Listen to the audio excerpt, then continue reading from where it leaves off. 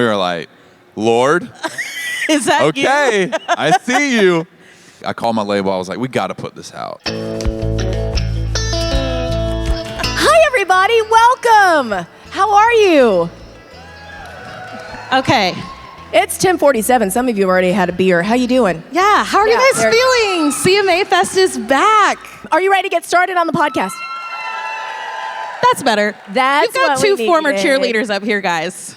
So we want all the screams, all the woos, all the energy. All the things. Okay, here we go. Ready? Today's guest is living proof that dreams do come true. He attended college right here in Nashville at Belmont University. His hard work in school paid off because before he even graduated, he had already locked down a publishing deal, and he eventually hit the road as guitar tech for Chris Tomlin, who's actually on this stage on Sunday. Yes, he is. So Chris is going to be right here. And he also made some pretty cool friends and fellow songwriters while he was a student at Belmont. Brian Kelly. Yeah. Tyler Hubbard. Yeah, they all became besties.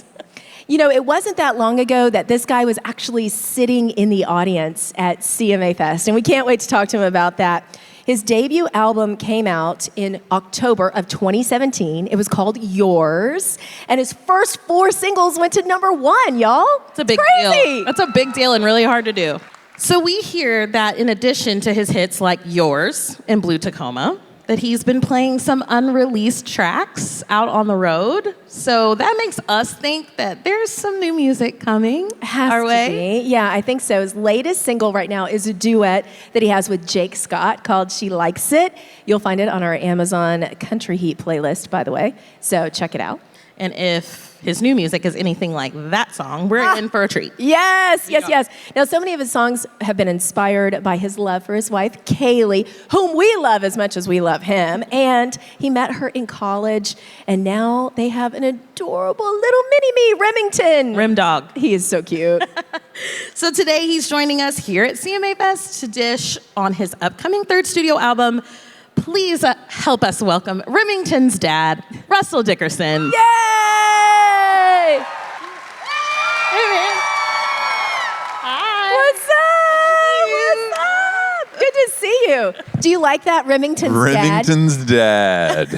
Here he is. That's now your introduction, and I That's know so you good. love it. Honestly, Remington's dad, Kaylee's husband, I get it all. I'm used to it. Are you so happy to be back? Oh my gosh. It was 2 long years, but here we are. I'm so glad. I remember the first #1 party, and I was there with you, and they had a huge cardboard cutout of your face, and you were standing there looking at it, and then you looked at me and you're like, what's happening? And I'm like, I don't know, but you went #1.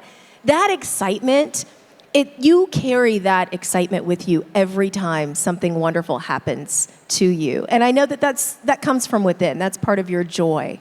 Talk to us about that feeling. Yeah, I mean, I feel like everybody's journey and story is different, and mine is a little bit longer of a journey.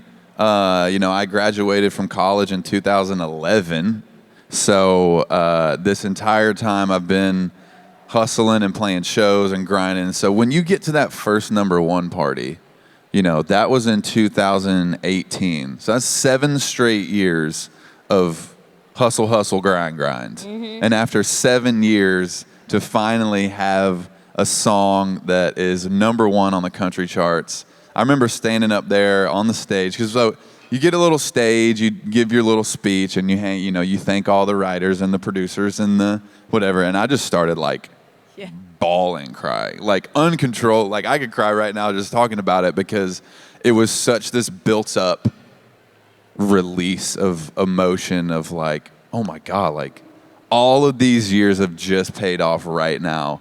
And I'll never forget my first #1 party. I won't either. It was really emotional. Yeah. And then a second and a third and a fourth. And you're like, oh, this is so much fun. I want to do it all the time. Yeah, I do want to do it all the time. Let's do it. You're a pro now. It's so good. So at the Ryman show, I just want to say I called one of the moments. Yeah. I was like, Jake Scott's going to come out during She Likes It. Oh. And it happened. And it happened. And I love Jake Scott, so I was freaking out. Yes. Is he in town this week? Is he going to make an appearance? I don't know. I tried, y'all. I tried. So tell us about this song with Jake Scott. She like. Oh my gosh. This is one of my favorite, it's turning into one of my favorite stories because we wrote the song. It was the second song we ever wrote together.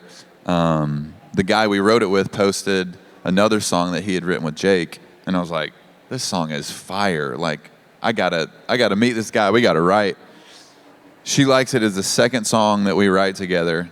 And as soon as, so my studio is just down from our house. So we came back up to the house and we opened, because like we like to come back to the house, you know, have a glass of wine, whatever, listen to the song over the speakers. We walk into the house and Kaylee's literally playing John Denver through the speakers, which that's what it says in the song. She likes when I play John Denver through the little bow speaker. You know what I mean? Yeah. So we walk in, she's playing John Denver. We had just written She Likes It, which Jake's talks like, about "What?" her listening to John Denver.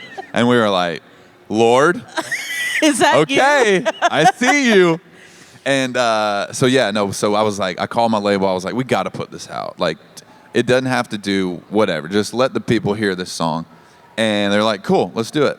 So then, you know, it comes out. It's got 1 million a week. It's got 2. It's got 3. It's got 4. And it hit 5, almost 5.5 million a week. And they're like, I think we're going to take this to country radio. Yeah. And I'm like, yes, indeed. So it has. I mean, this is the fastest climbing single I've ever had, biggest streaming song I've ever had. And I feel like we're just getting started on this song. You have been kind enough to be the first act on stage for a guy named Tim McGraw. So thank you for doing that and helping his career.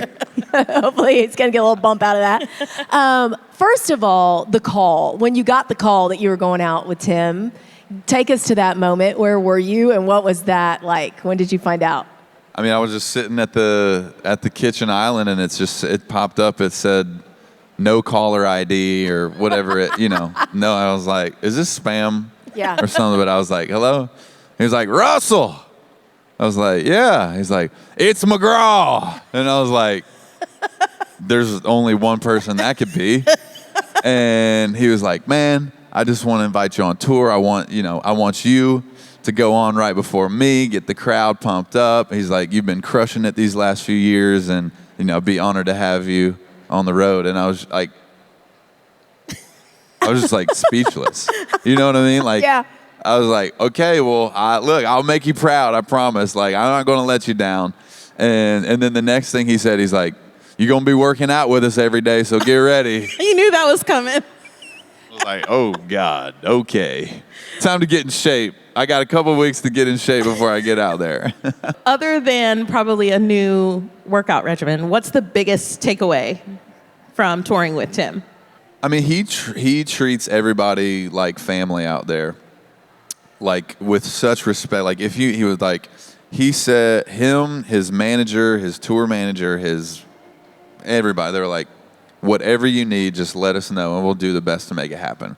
His respect for everyone helping him on his team. I mean, when you go backstage, it's not just, a few people taking down lights. It's like almost 100 people back there. Yeah. And he goes through and he says thank you to every single one of them. And because I used to be a roadie, with Chris Tomlin, like you said. And so I know that whenever Chris would come off and be like, hey, man, thank you, I would just be like, wow. Yeah. So just that little thank you that you throw out at the end of the night for everybody working their butts off all day, it really goes a long way. So that's just a couple things. What's your favorite Tim McGraw song? Gosh. I think number one would be She's My Kind of Rain. Oh. Oh, yeah. Okay. I used to play that song. I used to cover that song on the road. That's that or Just to See You Smile. Oh, that's my favorite. Two good ones. I know, yeah. Okay, so we had some friends in the audience write out questions for us. Yes. Friends. Thank you guys Love for this. being here. Okay, when did you begin singing? This is from Janet Smith from Biggs, California. Janet Smith. I mean, I started singing since I can remember. My dad, mom, I was raised in church. My dad was a choir director. My mom played piano. And so I was in children's choir probably from, God, I don't know, 2, 3, 4. I don't even know what year you start children's choir, but I was in kids choir, and then started singing by myself probably closer to middle school, maybe. Like my mom played piano in the 5th grade talent show for me and my boys. We sang Casey and JoJo. Yes. All my life, I pray for someone night. So right around probably 18 or 19, I was like, I'm going to keep going. I'm going to do this. Like, I'm going to write songs. I want to sing them. I want to, I know I can do this. And so that was probably around when I like really started going after country music and, being an artist and everything. Listen, we absolutely love you. We cannot wait until we get the new music. But most of all, we cannot wait until we watch you strut your stuff on that stadium stage. Night. Yes, Sunday night. We love you so much. Love you too. Thank you so for being a part much. of the podcast. Yes, of course. Thanks for having me. Our artist of the day, Russell Dickerson.